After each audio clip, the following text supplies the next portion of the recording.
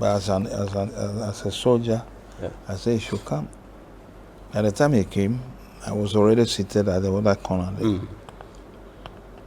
I had my gun with me. You have your gun with you? Oh, yes. I don't move without my gun. Wow. I had my gun with me. But when he came in, I saw him. The young chap, at that time, he can't even struggle with me physically. Oh, if he pulls a gun, I'll take it from him. So we started chatting. Quite a brilliant boy. We had a long chat. All about, what do you call it, voting. Okay. Pre-independence and right. Then finally, he ended up by saying that,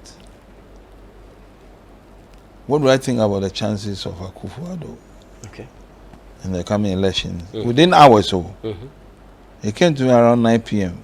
6 p.m.? No, 6 December 2016.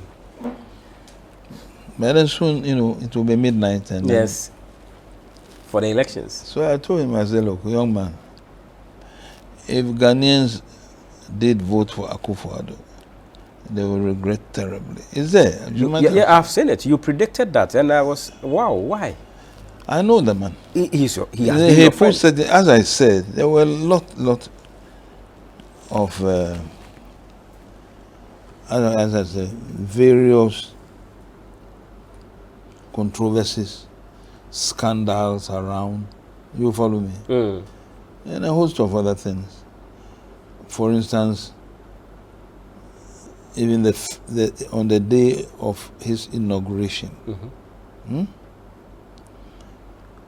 plagiarism. You talk about his speech. Yes, it's so important. If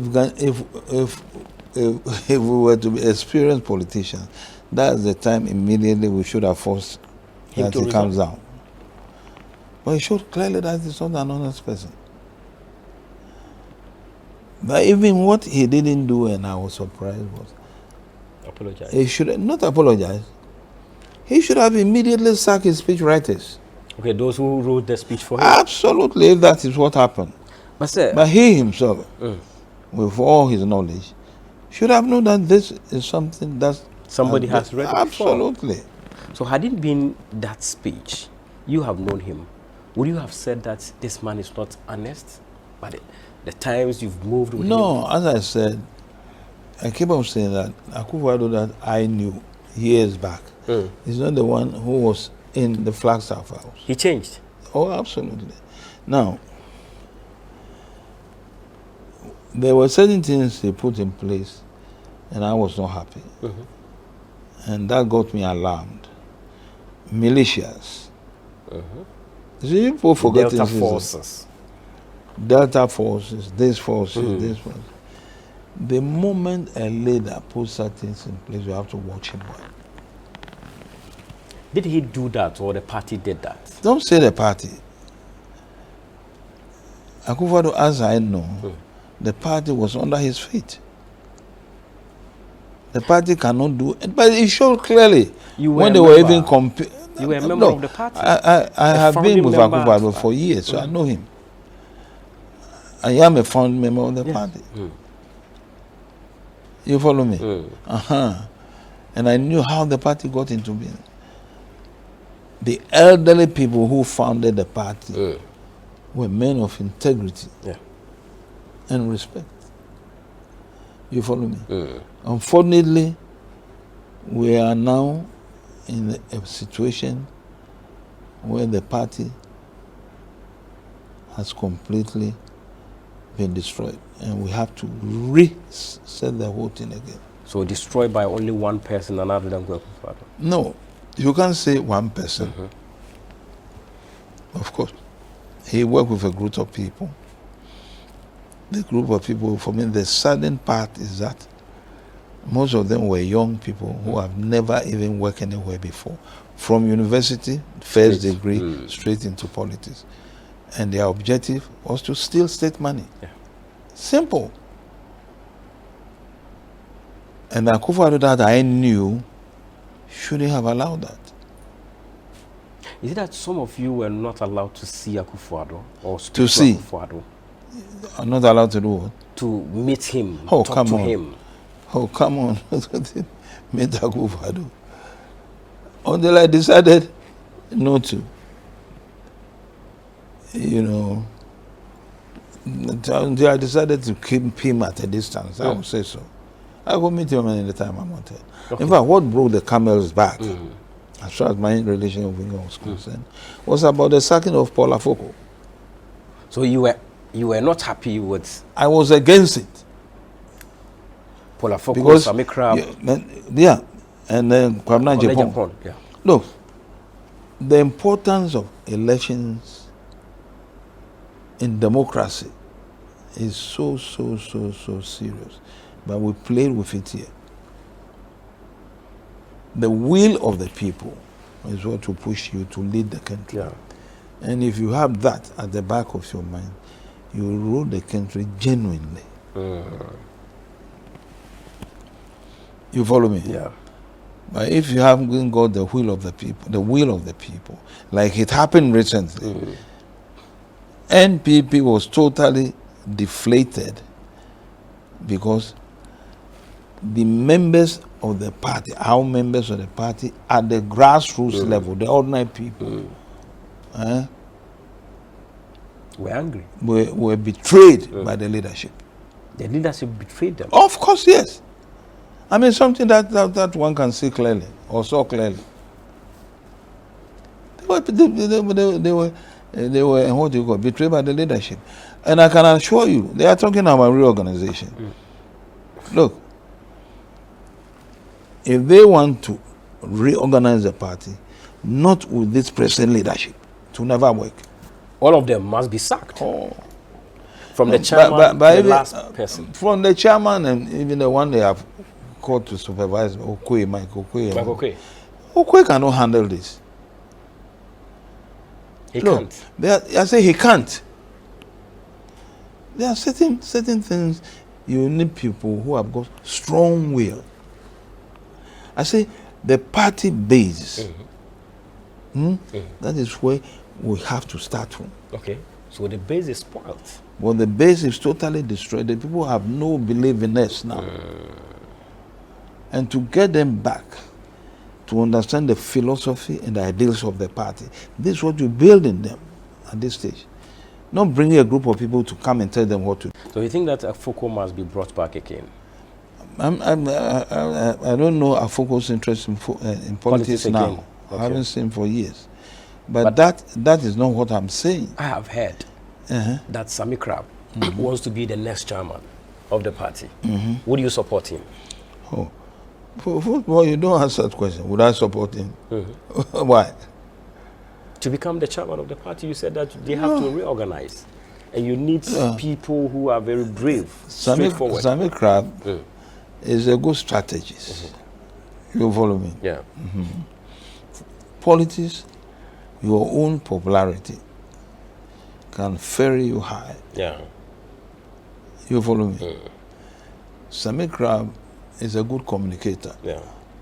I remember years ago he wanted to be regional chairman. He was having difficulty. I spoke with the then Minister of National Security and was given the opportunity, and he won. Yeah. You follow me? Now, it will depend on how he will handle the. I told you, to get that party back. It lies with the grassroots. On his feet, he should start from the grassroots. What they are doing by starting from the top, they will fail flat. Mark my words. Okay. So, per what you're saying, it means that Nana Akufo-Addo was not the right person to lead the country from 2017 to 2024, given how abysmally they performed. You see, do you remember when they did the elections for the presidential candidates? Yes. You saw what happened. Yes.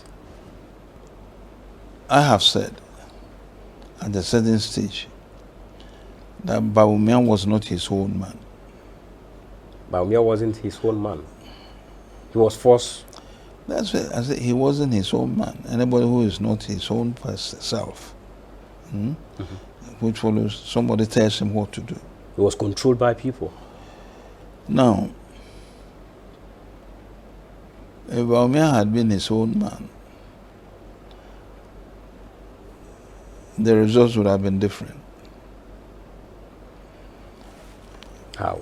Now, Bawumia is, I know him, or I knew him. I don't know how he is today. Okay. But I knew him as a nice gentleman. In 2009, when Akufo-Addo had interest in going again, he called me, we had a discussion in his house, and told me he would like to go with Bawumia again. 2009, 2nd January, yes. And that he would like to hand him over to me, which I accepted. Okay. There's a picture there, I can show it to you. And that's how you were myself and late Vice President Leo Mahama, we were handling Bawumia. That was the first time I went to Bimbila and some other parts of Rigu and some places with him. But Bawumia being brought on the scene in 2016 again and onwards, I can assure you that wasn't his own liking. So he was not interested in 2016? I said that wasn't his own liking. Something pushed him. And if he has not been backed with money and influence, there is no way he would have won the election. But he wasn't the choice of the people. And I went on further to say that the way I see things, if we are not careful, our own strong base, Ashanti region, we might be surprised. We might not lose it entirely, but we might lose very important votes there. So you were prophetic. And it happened. It happened in 2024. And I told them, and I told them also that Alan Tremontain's leaving the party would definitely have effect on the 2024 election. Did it have effect? It did. Looking at his numbers. Looking at his numbers. Did it happen? Of course. If he got 10 votes, it had effect. It could be mind you, Ashanti region was then not the strong region of our party. It used to be 100%. Yes, 100% NPP. This time around, we had the NDC had about 7 seats. That is, one is in contention. One is in contention. That, to me, is amazing. But when I know that Alan will get votes in Ashanti region, that young man who calls himself what? Cheddar. We were looking for is about 30%. Yes. Which they got. They got. Even not more. Yeah, they got more than that. Now, and our own candidate, Bawumia, had within the Ashanti region people who voted against him. So I wasn't surprised with the results. You were not surprised? I wasn't surprised. In fact, it could have been well, worse. You had campaigned out. You had campaigned that this leadership shouldn't lead Ghana again. No, but I have no campaign. I have talked about it. Campaign means I really go about campaign. No. You've spoken about it. I've spoken about it. No. What I'm saying is that the present leadership of the party cannot reconstruct the party. It's impossible. They should change them. It needs some people. You see, you can't always. Our party got to a certain situation where the leadership was looking down on the grassroots. They don't regard them. They don't regard them. Of course. So what do you expect? They would also punch And them. also, the NDC, they work very hard.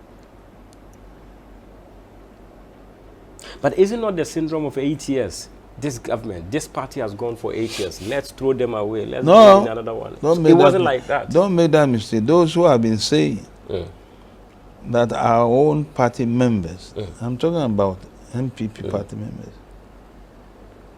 did not go out to vote.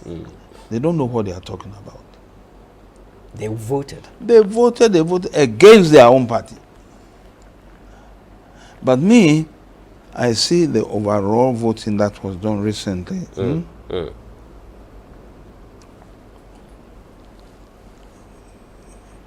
As an interesting exercise. Was it a referendum against Nana Addo's government? One, a referendum against the MPP. Two, it was what I term people's revolution. The people are fed up. They were fed up. So to me, the NDC was a conveyance belt. Okay. And they were rightly so. The people were fed up. Where you have leadership who will not listen to you. A leadership who, out of inferiority complex, will behave as if they have arrogance. It's not arrogance. I would never use. So they were not arrogant. They were. No, these are people who have nothing behind them. They don't trust themselves. So that was the problem of the MPP. I am telling you. Not arrogance. Oh, which of them is arrogant? When an individual is arrogant, he has something behind him. They talked about the fact that Napo, the vice presidential candidate, was arrogant. I spoke about it on television. I told Napo that his problem is not arrogance. It's a psychiatric case. And he needs attention of a psychiatrist. Really? Yes, I said so. He's a doctor. How is it a psychiatric? You are a medical doctor. I'm not going to lecture you on psychiatry here. That's I made the political point out of it. It's a fact. Oh, okay. Other than that, he will make certain statements he have been making, even after the election. Listen to some of the statements he has been making. Yeah. You are a journalist. A journalist interviewed him and he was just snubbing him. Look, the days of thinking that the rank and file knows nothing, those days are over. I'm telling you. Now they will watch their leaders. If they see that you have no interest in them, they will vote against you. Okay. So you've given us one thing that the MPP lost, and then that led to their losing in the 2024 election, that is neglecting the base. Apart from that, what other thing do you think that contributed to the loss of the NPP, apart from neglecting their own grassroots? Look, 2017 going.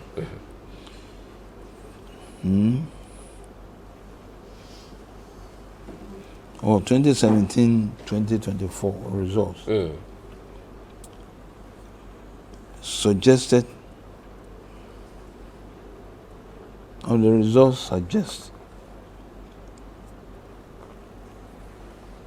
clearly that many people did not vote for Akufo-Addo in 2020. Okay, so what could have happened? That's the thing. How did they win the elections? Now look at the parliament we had. Yeah, I understand. You see, that's why you journalists at times I can't understand you. You are those who should do such research and let the public know. So in 2016 or 17, when the results came, we were told that 1 million, almost 1 million votes. It's a lie. It's a lie. Look, the Electoral Commissioner, it took, on 5 different occasions to declare the results. In the 2020 elections. And believe me, what happened a couple of weeks ago, I'm talking about the 7th December. Yeah. If she had made the attempt, now watch, Baumia came out to concede. Early. It took her over 24 hours. Yes. To come and announce the results. And believe me, if she had come to announce something else, it would have been disaster. What would have happened in this country? Yeah. You guys would have been very sorry. I have said it. I have said it. So you think that the 2020 elections, the MPP didn't win? I say they didn't win right from when they started 2017. Even the 2016 elections, Look, into the 2017, they didn't win. Look, when they talk of vigilance, then this, if I'll say they won the election, is their vigilance that won the election. And of course, the commitment of the ordinary person that we are fed up. This man made an interesting statement. It was in Twi, so I didn't understand it well. This Ajapon, Kennedy Ajapon, very interesting statement. He said he didn't know that either Ghanaians or our party people, as I said, I don't understand the true words, that the moment it appeared as if you've kept a dog in a kennel for a long time. So when you leave the dog, or you release him, it will bite you. And so this is what it says is very correct. That's what happened. So they made the base staff. So when they came out, they also punished them. You people are lucky. We are lucky. What would have happened in this country would never happen. I said it time and again that if we are not careful, this electoral commissioner will walk the country into destruction. There were two alternatives. We start fighting ourselves, or we walk into the hands of the military. So power will not change hands. Absolutely. And that is the big plan they had. You think that after the elections, this EC chair must go? That one is not my, what do you call it? Decision to my decision to make. You follow me? What do you think? Look, that's why I say, what will help this country is when we start, when leadership gets to know what is called culture of resignation. Culture of resignation. Yes. When you fail, you know that you have failed. So have to you resign. Take a pen and paper. So you implore the Electoral Commissioner chairperson to resign herself. No, no one should employ. No, but by now, if she has that culture, she should have resigned. That's the point I'm making. But I learned you are close to her.